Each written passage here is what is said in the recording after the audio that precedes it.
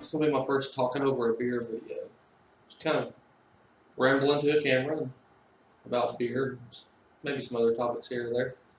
Um, First thing I want to do is talk about the new Rebel IPA. Well, if you've heard or not, the Boston Beer Companies decided to ditch Rebel IPA and reformulate it. Um, I'm not sure why. I like the old Rebel as one of the few malt forward IPAs I really liked. I made some notes on the new one. I'm reading it's going to be all 2-row, and it's going to feature a mosaic, a proprietary hop from Sam Adams, and then another experimental hop. If you're interested in the numbers, I've seen them, I didn't write them down, but they're out there online, just Google it. I kind of like the idea of using the straight 2-row. It had a beer hall. I like the idea of having a straight 2-row. That's really going to let the hop shine. Actually, it'd be kind of cool to almost let a Rebel turn into a hop experiment, maybe little subtle hop differences, kind of like that hop variety box they did a couple years back. That'd be kind of cool. And while I'm on Sam Adams, well, I'm on PBR, but I'll talk about Sam Adams. I notice a lot of hate online. People just hate on Sam Adams, Boston Beer Company. I don't get it. Why fault a company for succeeding? I'm going to tell you, there's a lot of really good craft brewers in the market today that wouldn't exist if it weren't for Boston Beer Company and Sam Adams. They were, along with Sierra Nevada and a few others, they kind of put craft beer on the scene in the United States. We had some crappy beer for a long time. Those guys, they did their best to fix that problem. I got a little space heater here. I need to move down. It's drying my eyes out. Contacts. Yeah. So yeah, people, they put them in a category like they were, Anheuser-Busch or Miller Coors, somebody like that. And that's not the case. I mean, when are these same people going to start griping the Dogfish hadn't made it? Or, Stone was too big, can't support it. Don't fault a company for succeeding. If you do well in business, hey, good for you. Luckily, they're making really good beer for all of us. So, yeah, I guess that's about it on the Sam Adams. I would like a clone recipe for a beer I had at World of Beer. It was Sam Adams beer. On the menu, it was just called a specialty ale. And they were calling the beer the Vixen. It was incredible. So if anybody has a clone recipe for that, shoot it to me. It's hopheadhardware@gmail.com. I would love to even get something semi-close to that beer. It was freaking incredible. I do want to talk about the hot beer news this week was Sierra Nevada's recall of 8 beers from their Mills River, North Carolina plant or facility. It was a glass defect from what I understand it. There's a risk that includes Hop Hunter, Sierra Nevada Pale Ale, the new Tropical Torpedo, Orange Sidecar, the Pale Ale, the Orange Pale Ale they're doing, just released. There's 8 different beers. And the risk with those is that a little piece of the glass can chip off, and when you lose carbonation, that's not what they're recalling it. It's dangerous. A little chip of glass could kill somebody. So, yeah, it needed to be recalled. And I commend them for recalling it because they're saying that it was risk of about 1 in 10,000 bottles that it could happen. So they could have gambled. They also could have passed it off on, handling after it left their facility. There's different ways they could have got out of that. And they did the right thing and recalled it and maybe saved somebody's life or save somebody from getting hurt pretty bad. Glass in the esophagus going down is no joke. I know a little about this topic because I've worked in the glass industry.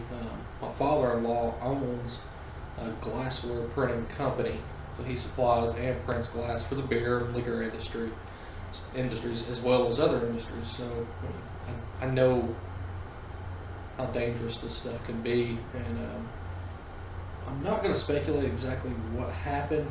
I haven't seen any news on what the problem with these particular bottles were. It could have been glassware or the glass provider, a defect in the glass. It could have been something in their bottling process that compromised the glass. I'm not going to speculate, because what I am seeing on it, especially in the industry news side of things, nobody knows yet. And why jump to a conclusion when, just give it a few weeks, maybe a couple of months, and we'll know for sure. So, good job, Sierra Nevada. I'm glad to see you guys do the right thing. I love the Sierra Nevada beer. It was Sierra Nevada Pale Ale. It's one of the best go-tos ever.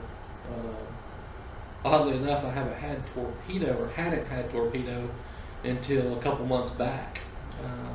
It's always been staring me in the face in the beer store. Just never picked one up, and I like that beer. I really want to try the tropical Torpedo, because I like tropical IPAs. Hate on them all you want. Fruit me up an IPA, make it tropical, do whatever you got to do. I like it. So, Hop Slam this year, how is it? I haven't read anything yet. It's been trickling out the last week or two. We get it next week, I believe, here in Tennessee.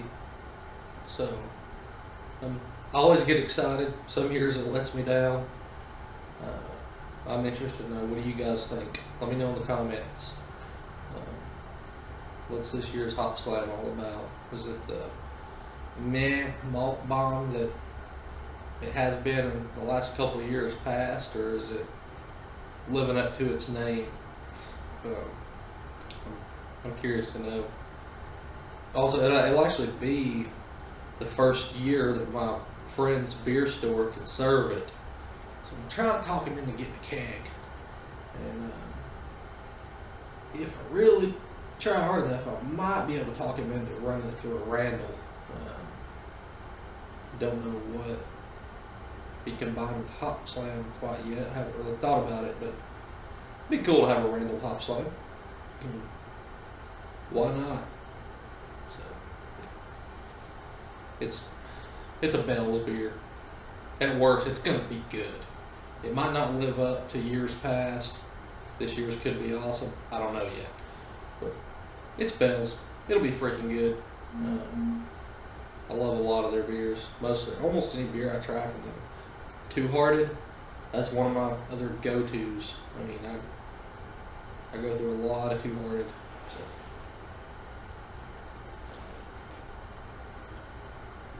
Oberon, I don't buy it in the bottle.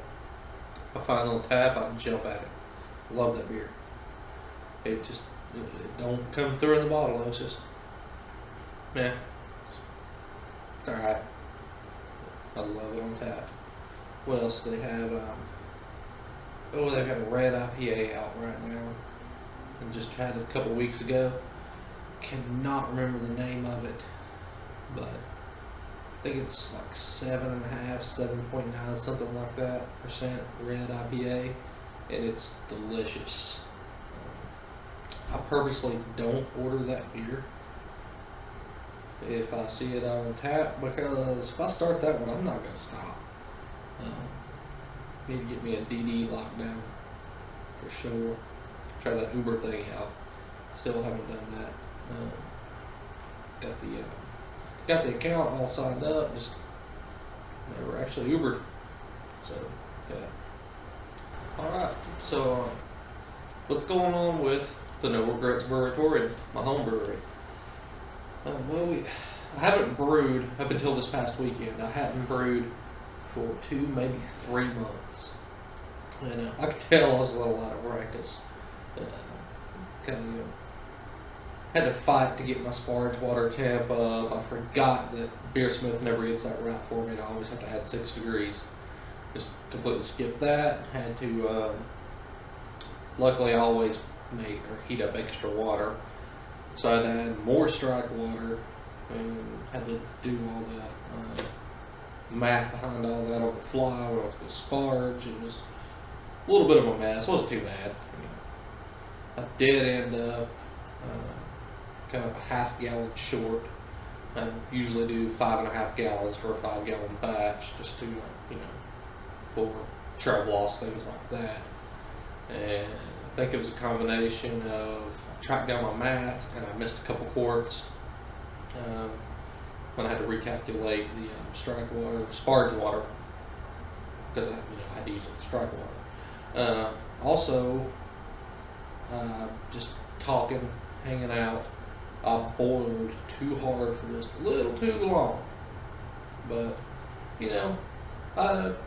target was 106.9 OG. I hit 106.8, might be a half-gallon short, so there's a problem. But I would rather have,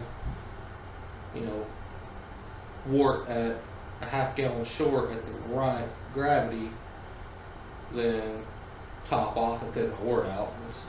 And I'm never really worried about topping up with a DME or anything, so it could be worth it. It would actually, probably help my hop profile a little better, be a little more accurate to what I was shooting for. But so what's next for No Regrets? We're gonna brew here in a couple weeks, I hope. Thinking of amber. I mentioned that in a couple videos before. I'll decide that this Friday or Saturday. Get everything on order, and I'm going to get my fridge here soon to build my fermentation chamber out of. And that's going to be critical as temperatures start to warm up. When it's cooler, I actually have an upstairs bathroom that I can block the vents off on and use it for a little bit cooler fermentation temperatures. I just checked the Huntress IPA and it's fermented at 64, and I actually wanted this started just a little cool, so it's going to be just right. I'm thinking maybe Friday I'll bump the temperature up in that room a little bit, start getting that yeast to work on some attenuation, drop it back down, and dry hop. Kind of rushed this beer a little bit, and I need to try it because it's one of the wedding beers. So, got to make sure the recipe works. And after the fermentation chamber is built, I'm going to get a grain mill and get some bulk grains. When I do that, I'll be getting bulk hops as well. It'll be really nice to just run down to the local homebrew store that just 10 minutes from my house and grab the specialty malts I need, come home, mill out my 2-row specialty grains, and brew. Instead of having to wait on awesome suppliers. Nothing wrong with them, but FedEx, UPS, USPS, they all kind of suck. For instance, I waited a little too long to order my ingredients for the Huntress IPA we just brewed the other day, and luckily they did make it on time. Adventures in Homebrew, and they got my stuff out the day after I ordered it, and I ordered it late in the day. So I actually forgot to order it on Monday to order it on Tuesday. It showed up Friday. Well, UPS, their tracking just wasn't doing anything. It looked like it was just sitting still after it got to somewhere in Ohio. So nothing happened at all.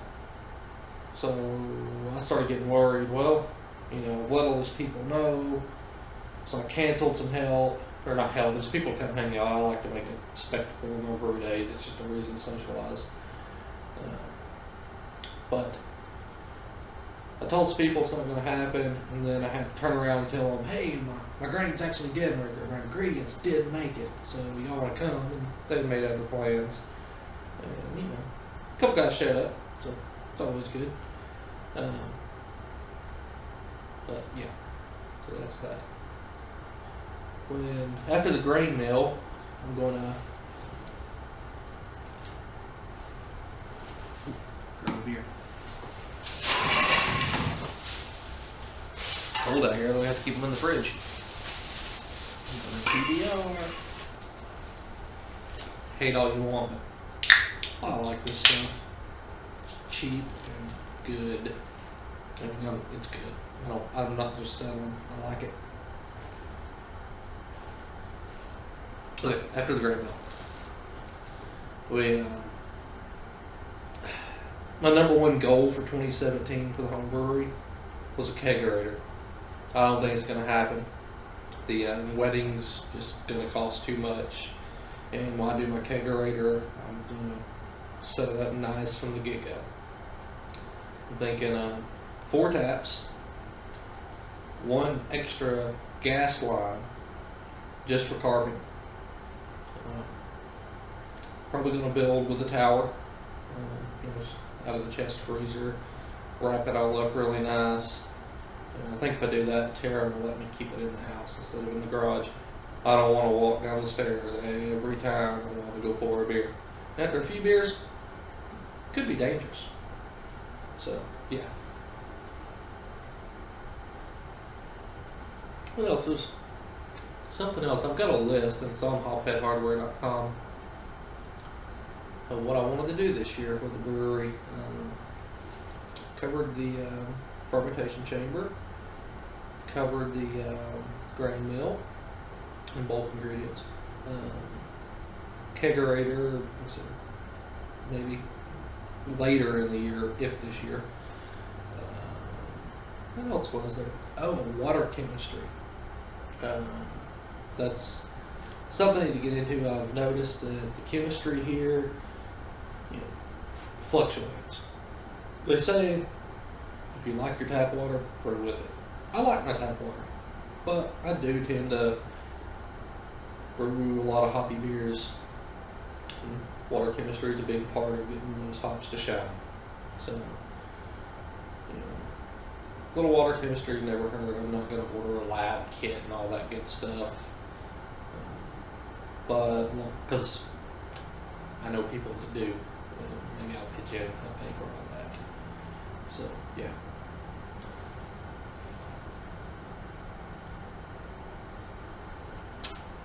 I was supposed to go to my homebrew club meeting tonight. I joined 5 or 6 months ago, and haven't been to a meeting since. I'd attended plenty of their meetings before I actually joined. But I've got a 5-year-old son about to turn 6. I got a 9-month-old daughter. I don't have time to go to club meetings, and Tuesdays are typically when those meetings are, and it's just probably not a worse day in the week for me to attend a meeting, because Tuesdays are always kind of busy. Now, if I would have known that I had time to shoot this video tonight, it's Tuesday, I would probably just went to the meeting. I had some stuff happen. I got some work done faster than I thought I was going to, so yeah. I do want to get to a meeting though. A lot of cool guys. Actually, when I decided I wanted to start homebrewing, I researched online, read, and I had plans for this big fancy rig, and I was sticking to them. When I started tracking down a keg from a keg, a little buddy of mine gave me one. It was just sitting in his yard. Guy don't even drink. He don't even know why he had a keg. He gave it to me, and I started slowly. It took me like 3 years to actually start brewing, and I'm a procrastinator. That didn't help.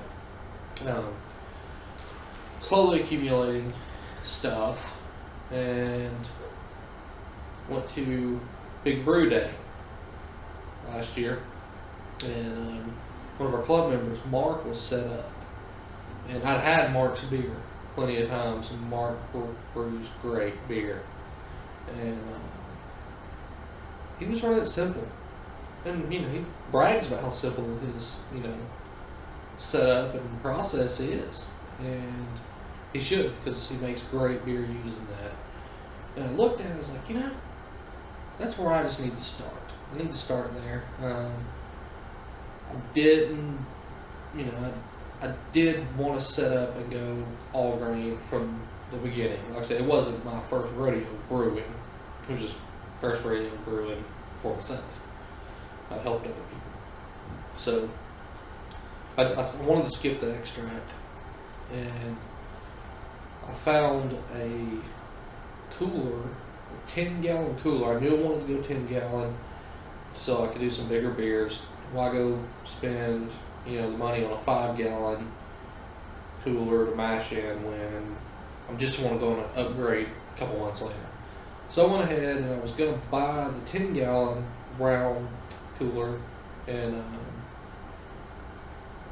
one of the websites that shows deals for homebrew stuff said that select Home Depots had the 10-gallon round coolers for $30 or something like that, and there were only like 2 at this store, 4 at this store. Well, I tried my local Home Depot here in Chattanooga. It's just down the road from the house, and they'd already sold out of those. Well, luckily I'm right at the state line here, Tennessee, Georgia, so there's another 15 minutes away. There's another Home Depot in Georgia. So I changed my location on Home Depot's website, and boom, they had it. So I went ahead and bought it online, and went and picked it up. A couple weeks later, I got another 10-gallon to use as hot water time, and I was chomping at the bit to start brewing after that. Went over to Adventures in the Home Brewing. You can probably tell I really like that shop. And ordered their basic beginner's kit, just to get a bottle capper, burner, bottle and bucket, all that good stuff. It's cheaper to buy that as a kit than it is to buy it individually by a long shot. So I bought that, and they give you the option of a few extract kits for free. So I got the Pale Ale kit, got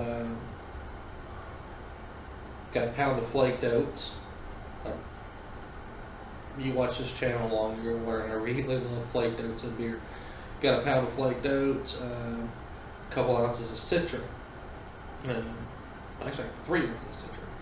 So I did the Brewer's Best Extract Pale Ale with the flaked oats of steeping grains. Followed the hop schedule, but with 10 minutes left in the boil, an ounce of Citra. And also dry hopped with 2 ounces of Citra. Beer turned out really good. And it convinced me that extract is not a bad option. So I'll still brew some extract from time to time, just if I'm in a hurry. But yeah.